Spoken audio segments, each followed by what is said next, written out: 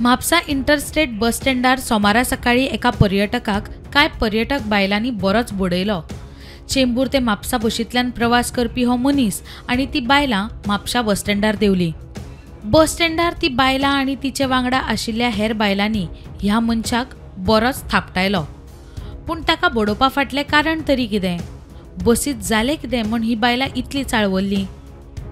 जाल्यार ती बायलां सांगता ते प्रमाण ह्या मनशान बसीत व्हडा आवाजात पदां लायिल्ली।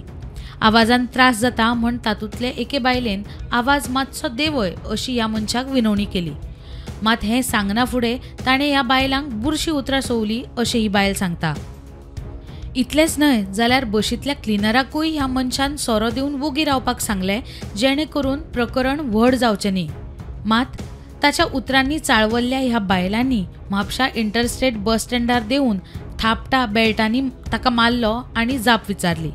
हे प्रकरण कळना फुडें थंय लोक एकठांय जाले आनी तांणी ताका बरोच पेट दिलो। सद्याक ताका पुलिसांनी ताब्यांत घेतला।